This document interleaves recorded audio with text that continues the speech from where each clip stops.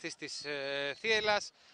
Μπέλης, καλοεκτελεσμένο το φάουλ, διώχνει τελευταία στιγμή και ο Μαρουκάκης κάνει το 0-1 στο 94ο λεπτό του αγώνα, με τους παίχτες της Θίελας να διαμαρτύρονται αρχικά για offside από το φάουλ του Μπέλη.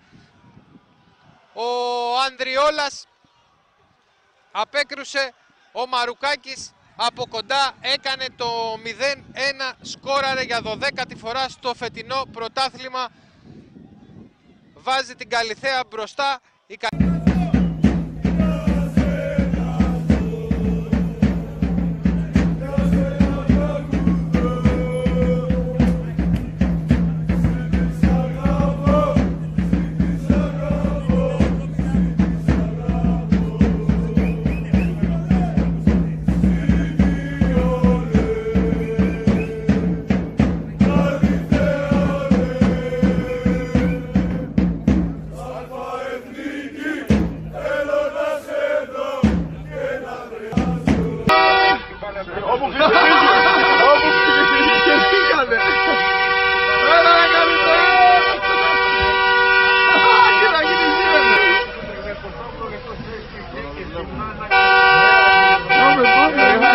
Εδώ η αλλαγή είναι τακτική για την ομάδα της ΣΑΕΦ.